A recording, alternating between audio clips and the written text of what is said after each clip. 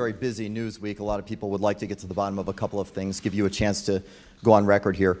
Did you at any time urge former FBI Director James Comey in any way, shape, or form to close or to back down the investigation into Michael Flynn? And also, as you look back... No. Next question. Next question.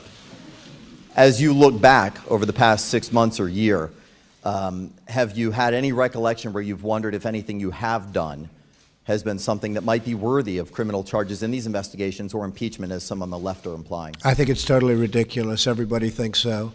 And again, we have to get back to working our country properly so that we can take care of the problems that we have. We have plenty of problems. President Donald Trump is not exactly known for his self-restraint. The recent firing of Federal Bureau of Investigation, FBI, Director James Comey was not handled with any delicacy and has unleashed a firestorm of criticism coming from across the political spectrum.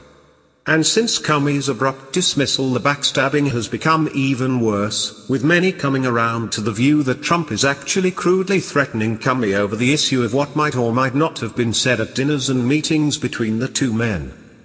What exactly drove the firing at this time remains somewhat of a mystery, though the media has been quick to link it directly to Trump's reported anger at the seemingly endless investigation into his administration's possible ties to Russia, an investigation that nominally Comey headed as FBI director. But that explanation somehow makes no sense, as even a white-hot Trump would have realized that getting rid of Comey would only make the Russiagate problem worse, as everyone would assume cover-up and would come after the White House with even greater intensity, which is precisely what has happened. Was Trump dumb enough to dig himself into a deeper hole? Possibly, but it seems unlikely. What is real, however, is that constant innuendo means that anti-Russian hysteria has been mounting, including completely speculative pieces wondering whether the entourage of Foreign Minister Sergei Lavrov had sought to sneak a recording device into the White House during last week's visit. And what if there really is a conspiracy against Donald Trump being orchestrated within the various national security agencies that are part of the United States government? The president has been complaining for months about damaging leaks emanating from the intelligence community and the failure of Congress to pay any attention to the illegal dissemination of classified information. It is quite possible that Trump has become aware that there is actually something going on, and that something just might be a conspiracy to delegitimize and somehow remove him from office. President Trump has also been insisting that the Russian thing is a made-up story, a view that I happen to agree with. I recently produced my own analysis of the possibility that there is in progress a soft, or stealth or silent coup, call it what you will, underway directed against the president, and that, if it exists, it is being directed by former senior officials from the Obama White House.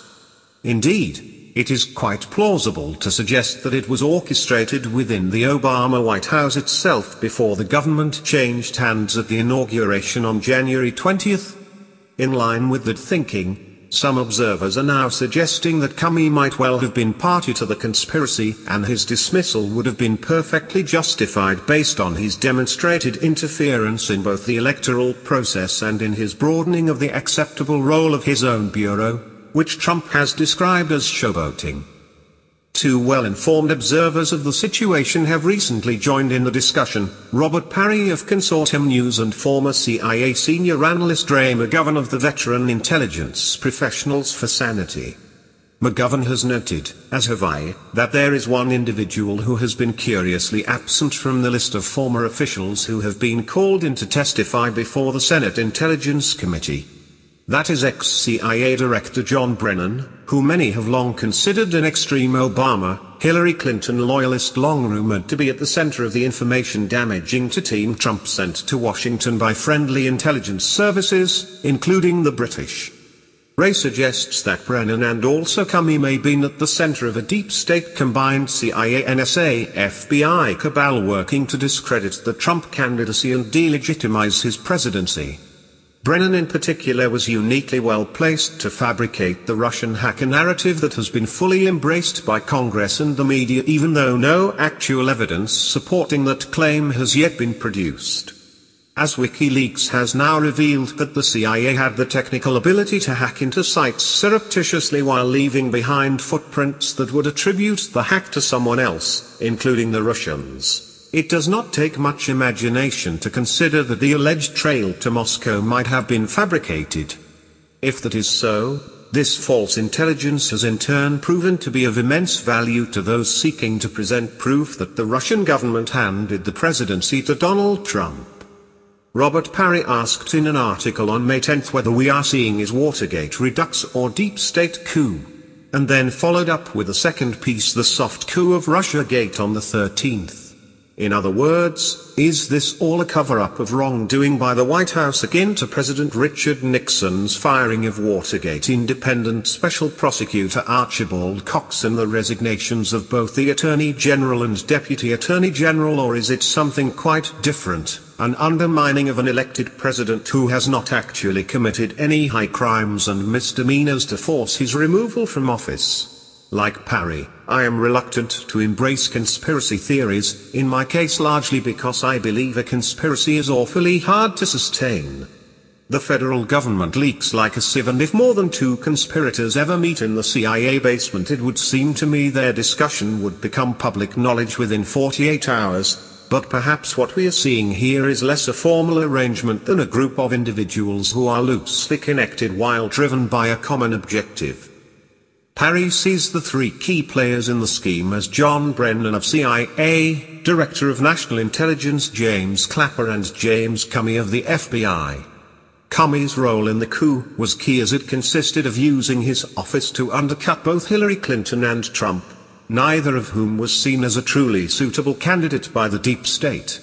He speculates that a broken election might well have resulted in a vote in the House of Representatives to elect the new president, a process that might have produced a Colin Powell presidency, as Powell actually received 3 votes in the Electoral College and therefore was an acceptable candidate under the rules governing the electoral process. Yes, the scheme is bizarre, but Parry carefully documents how Russiagate has developed and how the national security and intelligence organs have been key players as it moved along, often working by leaking classified information. And President Barack Obama was likely the initiator, notably so when he de facto authorized the wide distribution of raw intelligence on Trump and the Russians through executive order. Parry notes, as would I, that to date no actual evidence has been presented to support allegations that Russia sought to influence the US election and or that Trump associates were somehow coopted by Moscow's intelligence services as part of the process. Nevertheless, anyone even vaguely connected with Trump who also had contact with Russia or Russians has been regarded as a potential traitor. Carter Page, for example, who was investigated under a Foreign Intelligence Surveillance Act warrant, was under suspicion because he made a speech in Moscow which was mildly critical of the West's interaction with Russia after the fall of communism.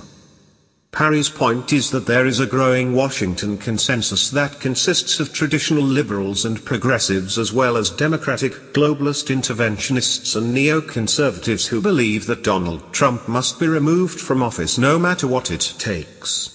The interventionists and neocons in particular already control most of the foreign policy mechanisms, but they continue to see Trump as a possible impediment to their plans for aggressive action against a host of enemies, most particularly Russia, as they are desirous of bringing down Trump legally through either impeachment or Article 25 of the Constitution, which permits removal for incapacity. It might be termed a constitutional coup, though the other labels cited above also fit. The rationale Trump haters have fabricated is simple: the president and his team colluded with the Russians to rig the 2016 election in his favor, which, if true, would provide grounds for impeachment. The driving force, in terms of the argument being made, is that removing Trump must be done for the good of the country and to correct a mistake made by the American voters.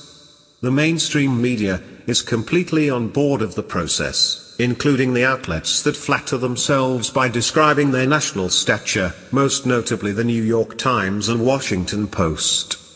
So what is to be done? For starters, until Donald Trump has unambiguously broken a law, the critics should take a Valium and relax.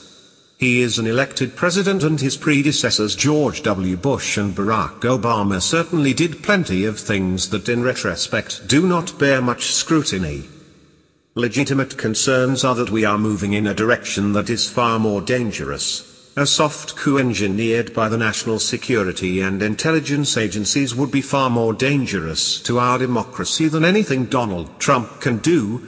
We are anonymous.